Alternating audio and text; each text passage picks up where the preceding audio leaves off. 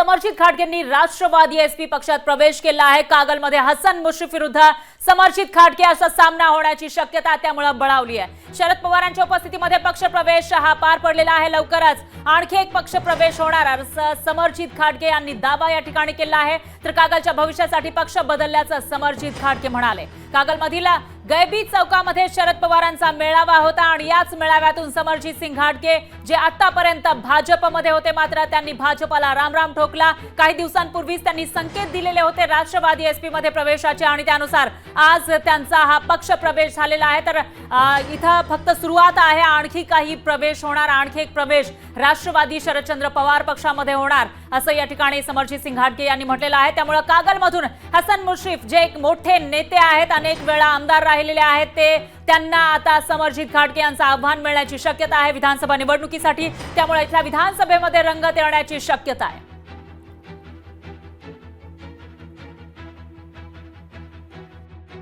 कोणीही स्वतः विजयाची घोषणा करू नका। आपल्याला अजून पुढचे 2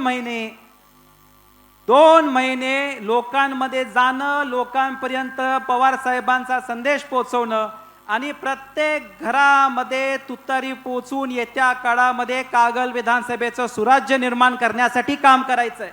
मी आवर्जून सांगतो, काही लोक स्वतःला मीच निवडून आलो असं बोलत असतील, तो त्यांचा विषय। पण आज जो आपल्याला मिळता प्रतिसाद आहे, पुढच्या 2 महिन्यासाठी आपल्याला प्रचंड परिश्रम घ्यायचे आहेत आणि ते 100% परिश्रम आपण घेऊ आणि 2 महिन्यानंतर आपण मोठ्या प्रमाणामध्ये हा विजय मिळवू।